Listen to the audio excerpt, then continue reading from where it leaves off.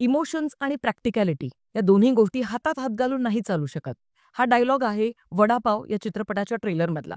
इमोशन्सचं सोडा, पण तुम्ही स्वतः प्रॅक्टिकल आहात का? हा प्रश्न मला वडापावच्या मेकर्सला विचारायचा आहे.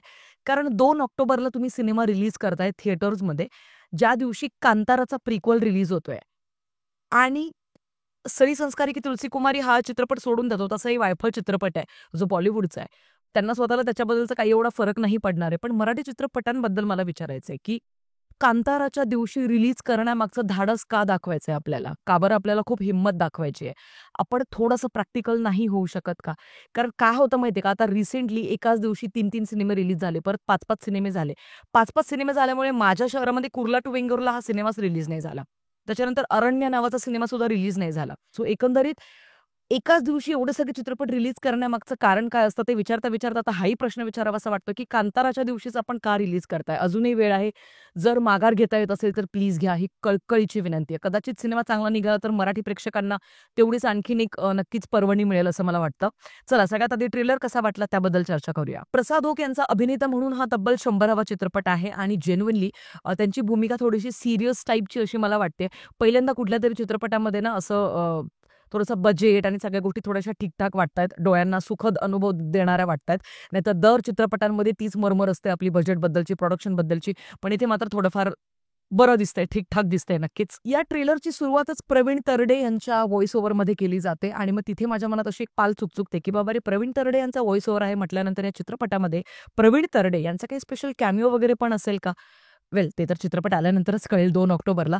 सध्या कास्टिंगबद्दल जर का बोलायचं झालं तर ह्याच्यामध्ये आपल्याला प्रसाद ओक दिसतायत. त्याच्यानंतर अभिनय बेर्डे, गौरी नलावडे, ऋतिका श्रोत्री, सविता प्रभुणे आणि बरेचसे बाकीचे कलाकार सुद्धा असणार आहेत. आणि मुख्यतः या चित्रपटाची सगळ्यात मोठी जमेची बाजू अशी, ट्रेलरवरनं फारसा काही अंदाज नाही आपण लावू शकत आहोत, पण एकंदरीत हा एक फॅमिली ड्रामा सॉर्ट ऑफ अशी एक फिल्म आहे. म्हणजे त्यांनी गोड कुटुंबाची तिखट लव्ह स्टोरी असं म्हटलंय. आता ही तिखट कुटुंबाची गोड लव्ह स्टोरी की गोड कुटुंबाची तिखट लव्ह स्टोरी आहे, हे सगळं आपल्याला 2 ऑक्टोबरलाच कळणार आहे. पण सध्या जर का ओव्हरऑल प्रेझेंटेशनबद्दल बोलायचं झालं तर म्युझिक फ्रेश वाटतंय.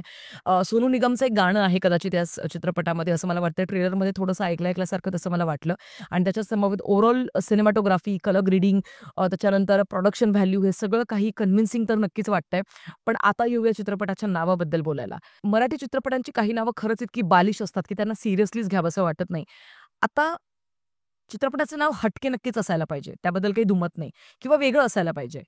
पण वेगळं आणि हटकेच्या नादामध्ये अशी काही नावं ज्यावेळेला आपण देतो ना, म्हणजे आता गुलकंद, चिकी चिकी बुबुम बुम किंवा अजून काय नावं मुरांबा किंवा गुलाबजाम किंवा आता ही सगळी जी नावं असतात ना, त्यांचं ॲक्चुअली कथानकाशी फारसं असं काही संबंध नसतो. म्हणजे क्वचित कुठेतरी आता गुलाबजाम हा सिनेमा मी पाहिला. तो सिनेमा मला खरंच खूप आवडला होता.